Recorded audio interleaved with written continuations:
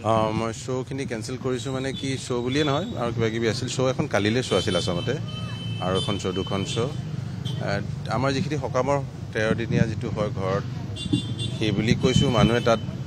বম্বেত আৰু মানুহে তেওঁলোকৰো ক্ষতি হয়তো বহুত গতিকে তেওঁলোকে বুজিব টান পাইছে ক্ষমা খুজিছোঁ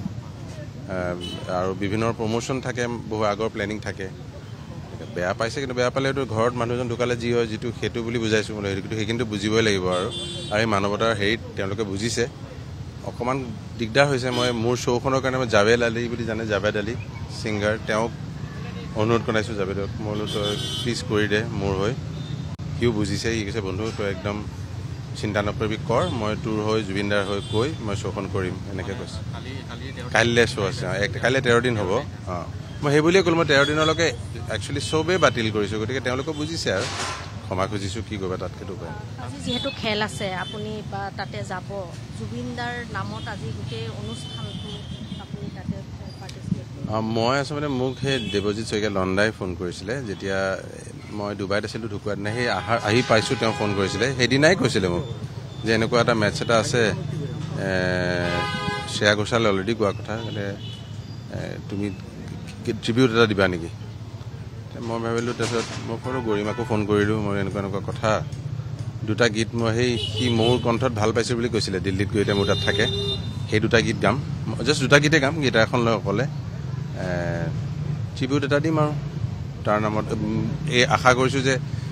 কাৰণ কি অ'পেনিং চেৰেমনি গতিকে অ'পেনিং চেৰেমনিটো বৰ ডাঙৰ বস্তু ৱৰ্ল্ড কাপৰ চ' অ'পেনিং চেৰেমনিত যদি সেই গীতকেইটা যদি তেওঁলোকে যদি মানে মাধ্যমেৰে আমাৰ প্ৰচাৰ মাধ্যমেৰে যদি গৈ বস্তু পৃথিৱীত মানুহে দেখে শুনে সেইটোও ভাল লাগিব কিমান হয় নাজানো মই গাম আৰু নিজৰ ফালৰ পৰা দাদা সঠিক পথত তদন্ত আগবাঢ়িছে গৰিমা বৌয়ে কালি কেইটামান খুব বিস্ফোৰক মন্তব্য দিছে হয়তো আপুনিও বিচাৰিব যে সঠিক তদন্ত হওক যে নিৰ্জন দ্বীপ এটাত য'ত বাধা আছিল নিব নালাগিছিল তালৈ লৈ গ'ল গৰিমাক বৌয়ে যিটো শেষতহে গম পালে প্ৰথম কেইদিন একোৱে গম পোৱা নাছিলে আমিও গম পোৱা নাই আচলতে আমিও তদন্ত হ'ব লাগে প্ৰথমতেতো সময় লাগে ন ঢুকুৱা চকটোৱে কিমান দিন লাগিছে বুজোতে তাৰপিছতহে বুজিলোঁ এনেকুৱা অৱহেলা বা ইৰেছপনচিবিলিটি হৈছিলে তাৰ গাটো বেয়া আছিল গতিকে সেই তাইও বুজিছোঁ সকলোৱে বুজাত সময় হৈছে গতিকে তদন্তটো আগবাঢ়িছে বৰ ভাল কথা আৰু যাতে এইটো যাতে শেষ হৈ নাযায় মানে গোটেইখিনি আমি আমাৰ যিখিনি প্ৰশ্ন আছে গোটেইখিনি আমি চবেই যাতে অসমবাসীয়ে উত্তৰটো পাওঁ সেই বুলি আশা কৰিছোঁ হ'ব মই ষ্টেডিয়ামলৈ যাওঁ তাতে চাউণ্ড চেক আছে আহিবা